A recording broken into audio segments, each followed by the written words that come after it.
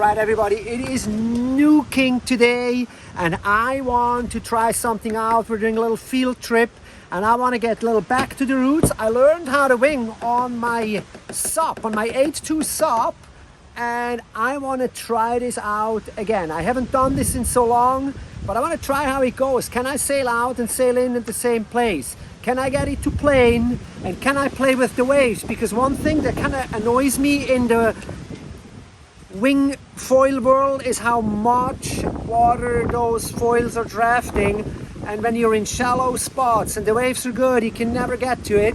So I want to see if we can sort something out here and kind of do a wing sup wing sup supping winging supping, and maybe yeah, do a little experiment.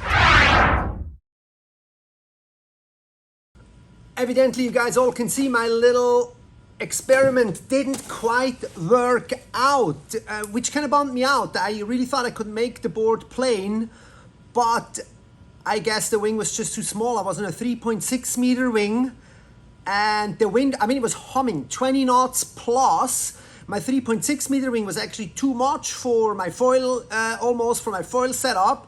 I mean, I just had to constantly control the power, but for my SUP, it was not even remotely enough. And it kind of bummed me out because I was really hoping it would work.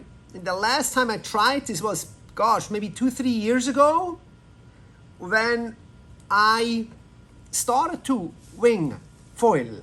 And I needed to teach myself the wing first without a foil. I was way too scared of the foil. So I did it on a SUP, and I went to Kanaha, and it was nuking, and the only wing that I had back then was a 4.5 meter, and it actually worked just fine. And evidently, you see, I was only going downwind, you know, like maybe a little push into the wind, but not much. And same thing last weekend, I was just going downwind and then hauling my gear back up.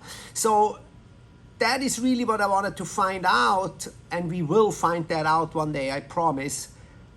Are we able to go upwind with like a surfboard type board without a foil? And then you, of course, you're asking, why the heck is this guy doing this? Can't you just foil? I'm like, yeah, but as mentioned earlier, it's always that draft that is bothering me a little bit with the foil, drafting water.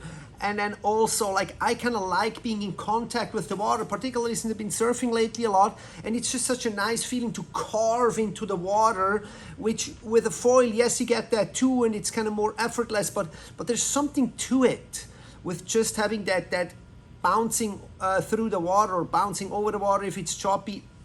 I want to see if this is something that could be achievable, and I think it, once we figured this thing out, there might be even a potential for it. I don't know if you need a smaller, stubbier board or longer, smaller. Do we need a small dagger board? Because the staying upwind, of course, is very crucial. And you know, if you want to stay upwind, you need to plane, because otherwise you keep just drifting through the water.